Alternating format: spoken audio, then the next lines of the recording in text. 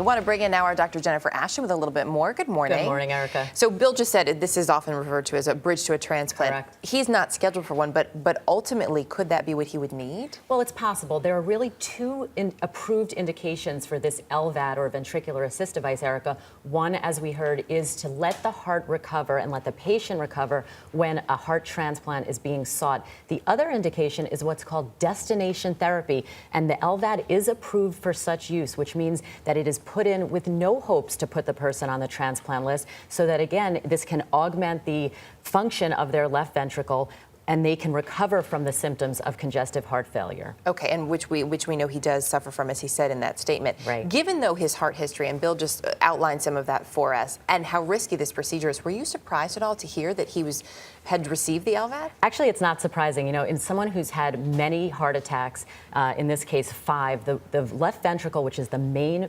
functioning muscle of the heart, can be so weakened that the heart just cannot pump enough blood through the body. Fluid then starts to build up into the lungs, and you get the symptoms of congestive heart failure. And this is an example of the device. You can see how incredible the technology is. This part is what goes into the heart and the aorta, and then it sits in the upper abdomen. And this is what the person wears literally around their belt. Wow. And they can then leave the hospital and go on to lead a fairly normal life. But this is the kind of thing you have to have on you at all times. This does not come off. It never comes off. It never comes off. So it's going to limit your activity a little bit, but obviously the fact that it can keep you with us for a little longer is more important. Correct, and we have to remember it doesn't limit your activity as much as the congestive heart failure does. Jen, always good to have you with us to break it You down bet. for us. Jennifer Ashton, thanks.